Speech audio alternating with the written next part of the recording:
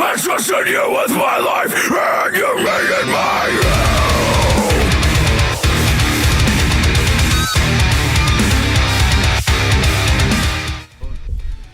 This is Cloud Kaiser, and I'm here at New Brooklyn Tavern in West Columbia with Sean.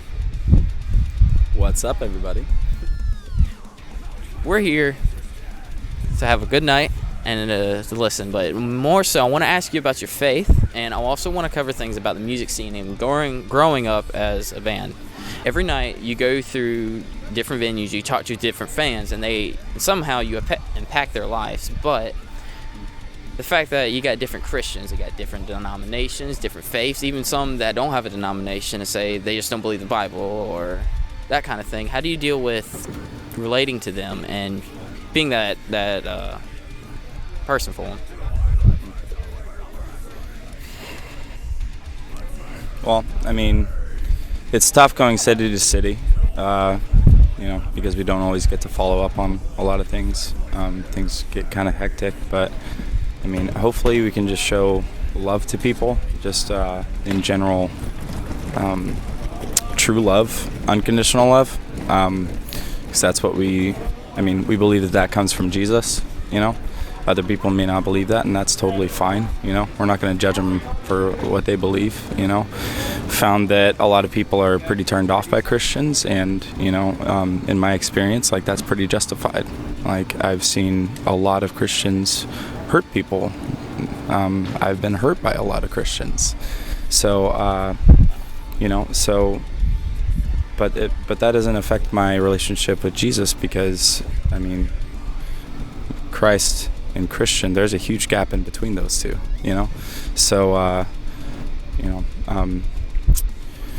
anyways, yeah, and that's taken a long process in my own life of growing and kind of learning, and but hopefully we can show love to somebody who maybe hasn't felt that, and felt like, I don't know, just I feel like the world's definition of love is very twisted, and it is in my view that the enemy or the devil or Satan or however you want to label him, it's his thing to take something beautiful and twist it.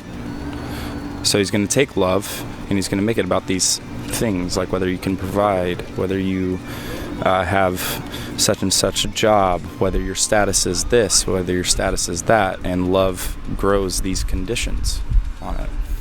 I'm completely against that. I believe that love should be unconditional. It should be based on who somebody is, not what they do. That's well said. That's very deep. Assuming your band name is from the Bible, would I be crossing the line by asking, how does that represent who you are? Well, it's kind of interesting. The band name was, all of us joined the band. There's not an original member in the band. Now we kind of carry that legacy of, what Phinehas was with us. But Phinehas, do you know who Phinehas is in the Bible? I've briefly read. There's two. Which one did you read about?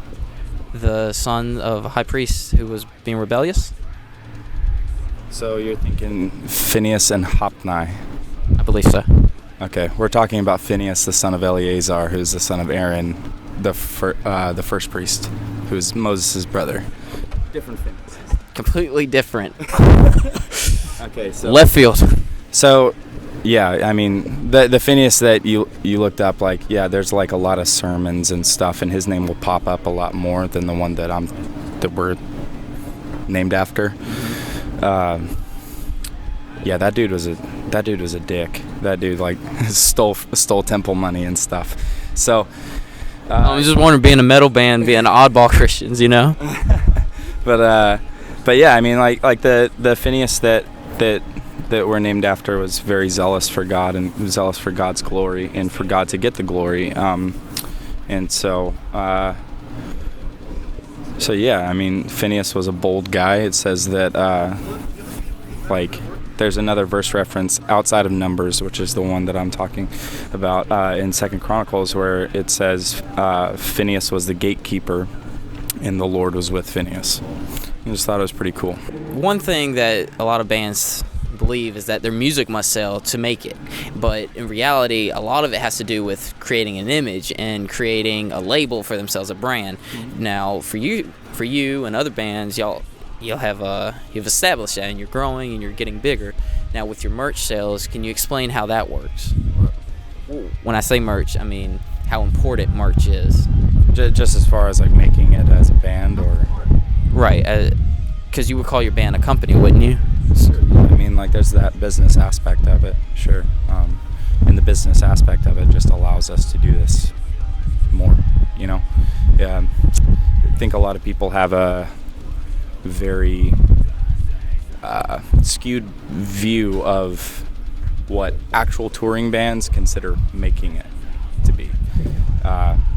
Like, when you're thinking about, yeah, man, if we just did that, then we would make it, or whatever else we'd be made. Like, when you've toured as long as we have, which, I mean, it's not like that long, but long enough to know. We've toured like 6 years. Making it means just being able to continue doing it. That's all that means. None of us make much money at all. Anything for retirement? No. So, yeah, I mean, there's a lot of hubbub about CD sales and how bands don't see any of that, and that's very true. And that's nothing against the label or any labels. That's just how it works. Like, this company, which is the label, they front thousands of dollars for you to put out a CD, for them to market your CD, and then you spend the remainder of that, like however long that CD cycle is, paying that back. And so essentially, like, signing a record deal is signing up for, whether it's a 1, 2, or 3 album contract, you're signing up for 1, 2, 3 loans. That's what it is. Wow. So never thought of that. There's an image that comes with it, with the label and stuff, but but that's essentially what it is. And so I think a lot of people have this like very warped view of what it is. Like, had a bunch of people ask me like, yeah, what can we do to be getting signed? And I'm like, what you want to do is go as far as you can without getting signed, and then sure, like, you'll get a better deal from the record label, and you won't be in as much debt. And yeah, so the point of this is just to continue being able to do it, like, hopefully meeting more people, reaching more people. You hear of bands when they break up, or behind the scenes, that they have so much debt that they owe to the record labels, but yet they're not bringing in that money on the tour, and their tour is finished, and they've already announced that they're going to break up, but yet they still have that money to pay back. How does one prevent that from happening? I would say start a band with your best friends instead of just people that you don't really know. I mean, I'm in a band with my best friends, and so I know that like, we're not going to break up to begin with. You know what I mean? Like, I don't know. And that's like, I think that plays into that skewed view of making it. Like, to where, like, people are just trying to make it, as opposed to, like, I get to travel the country and other countries with my best friends, and people who have grown to be my family. So, I mean, yeah. Now, speaking about going to different countries and different states now, who pays for the hotels and the sleeping and whatnot? Does your record label cover that, or is that something y'all have to put out? Nobody pays for the hotels. We don't stay at hotels. We sleep in the van. That's really lovely. Like I said, we don't make much money. We're not about to drop like $80 a night to stay in a hotel. There are a lot of very, very lovely and beautiful people that we have been able to and have been graciously welcomed into their homes across the country, and now we have a community of people that we stay with, which is really awesome. There's an organization called RIFO that is meant to put up touring bands, and they're awesome. Like, we've never had a bad experience, and everybody there is just completely servant-minded and there to help. And so, How do you deal with the stink? How bad does that get? Being together, not showering. Well, assuming that you don't shower for a few nights. yeah, no, I mean, a lot of us generally don't shower for, could be, I don't know. It could be, every 3 days. It could be every 3 weeks, honestly. Is that attractive, fangirls? I think he's blushing. The worst thing is that we don't get to do laundry very often, and so our show clothes just get disgusting, and then we have to put them on every night, and they're still wet from the night before. So it's, that kind of festering over the course of a tour that can get disgusting. So Inside the life of a musician. and then you put if you have clean clothes, over that, and then that becomes immediately not clean, and it's just this disgusting cycle that just keeps on going. So You say about Christians or even people generally, who say, they may be a Christ-following person, Christ-believing, loving, kind, and it's all about preference in music. But then when they say that rock and metal Christian music, or even just music that speaks about Christ, it doesn't promote love, it promotes anger and all this, and there's a time and place for everything. But yeah, how do you defend that in what you do? I mean, really, if you're talking to somebody who believes that, which, like, we've come into contact with a decent bit, us being a Christian metal band, we're definitely not naive to those to the Christians out there who absolutely hate metal and everything that surrounds it. But I believe that it's just people who are scared of something different,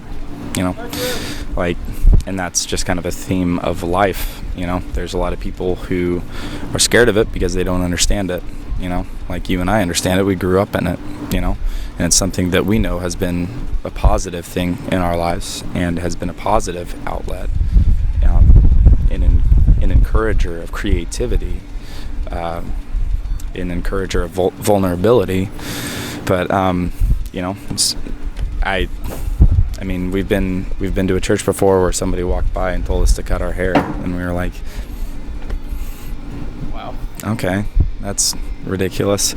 I mean, it's just funny because then, like, in the book of Leviticus, it says man should not cut his own should not cut his hair, and it also says you shouldn't play with pigskin football. So there's a bunch of things like that where it's just people don't understand, and they have a very closed mind too. And it's Also says man should not have long hair in Corinthians, I think. Is it Corinthians? Oh, the head covering thing? Yes, the head covering. Women should have long hair and men should have short, I think it says.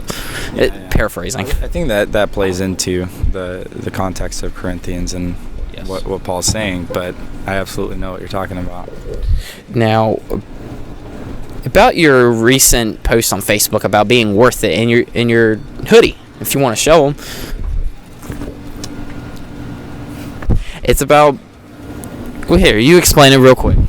It's your stuff, not mine. Well, this is just a clothing company that I don't even know. Clothing company sounds so weird. I've seen like a bunch of clothing companies, and like, I don't know. I just like making creative things. Not to call myself creative. I'm not like talking myself up or anything. I just like, I love creating, and love Photoshop, love making shirts, and I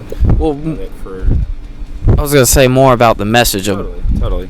And I think that whenever I was talking to my fiance and just was talking to her about just this idea I had to put "worth it" mirrored on a shirt, she said, "Yeah, that's cool. I would wear that." And I was like, "All right, well, I might just try and make a run of shirts, And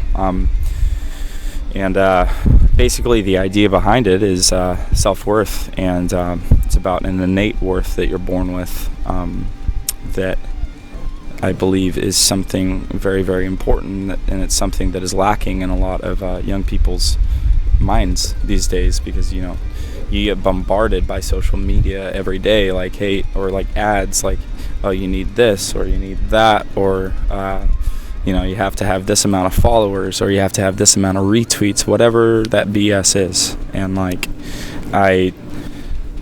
I don't believe that that's what determines self-worth, or like whether it's a woman with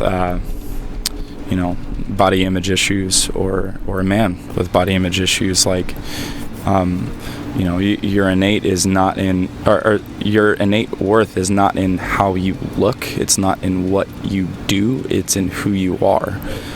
So I believe that that's a worth that's instilled by a creator. I believe that creator to be God. And do you think God really cares about our activities? About if, let's say if I go out and get drunk every night, or if I'm gay, or, which I'm not, I got my wife here. If just little things like that. Like if I love Christ and I want to go out and just say, spread his name, but yet does he really care about little things such as that? Well, I think that if you look at the Bible as a overall story, with all of the literary terms, whatever, there's the rise, the rising action, whatever, then there's the climax when Jesus dies on the cross, and then the falling action and conclusion and whatnot.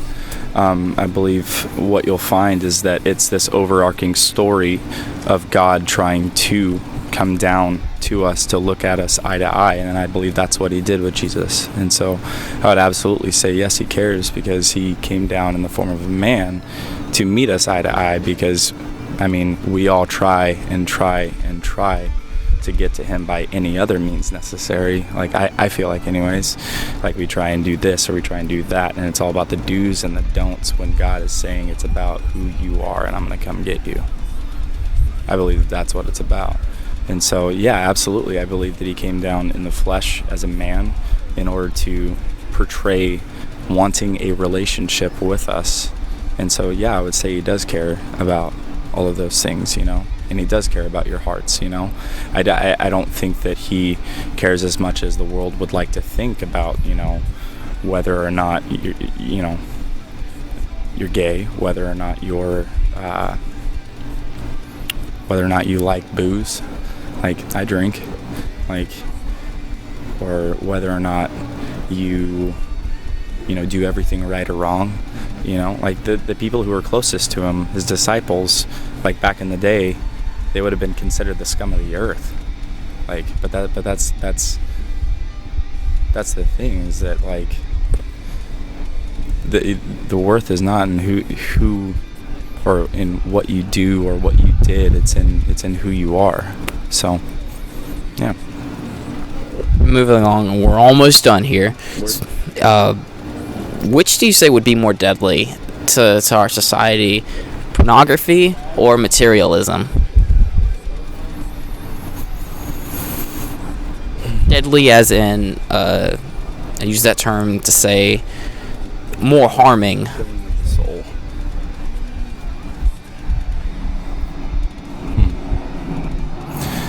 I would say pornography. And the reason for that is because I think that plays into materialism, because at that point you then begin to view what you're subjecting yourself to as objects. So Deep.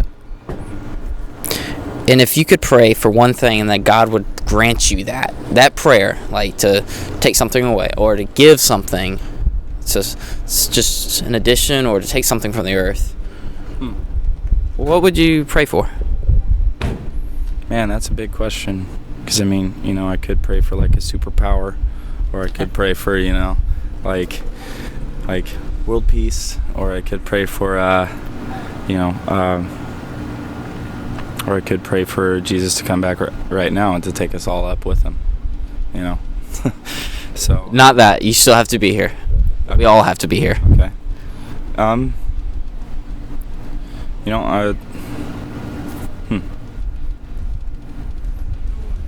That's a thinker, you know. Stumped him. Yeah. How about this? If Jesus comes back just as a dude, doesn't cause the end of times and all that stuff, just comes back and hangs out with us for a while, I think that a lot of people would get a very, very different view on who he is. You know, because they'd be able to see him, touch him, talk to him, as opposed to, you know, just hearing what other people have to say about him, because that's where it gets sticky. That's where, you know, that gap between Christian and Christ becomes bigger and bigger. So This is why you're the front man of Phinehas. And this is why Phinehas has made it to where they are, right? That's what makes you Sean. Word. I'm just thankful to be doing it, man. So. And any chance of hearing any older songs tonight live? Two? Oh boy. Only 2. Here we go. And do you prefer to play old or new? New. Of course. Nothing against the old stuff. It's just we've been playing that stuff for years, and you know we released a new CD called Till the End that we're all very, very pumped on, and we want to play as much of those songs as possible. You know, so before those become old.